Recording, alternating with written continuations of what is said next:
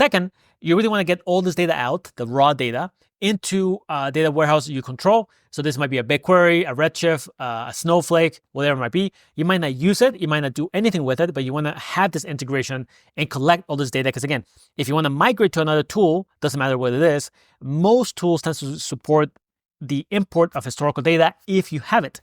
So if you have the data stored, it's just a matter of sort of writing a script and then bringing that data into a new tool. Relatively straightforward process.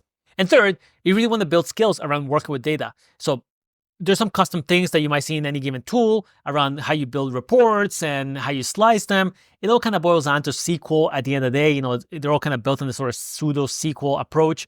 So the more that you understand data, how to slice it, how to break it apart, how to work with it, then the more that you'll be able to see different tools and say, okay, I get it. This tool thinks about the data model in this way. So if I just do that, I'll get the answers I need.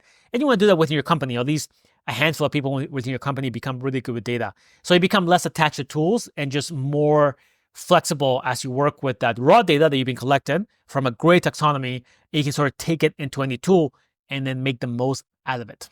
We talked a little bit about how to make the best decision for your team, thinking about the stage of your company, thinking about the products and features you might need, the integrations you might need in the future, and of course, some of the perhaps those long-term skills that are needed regardless of what tools you use.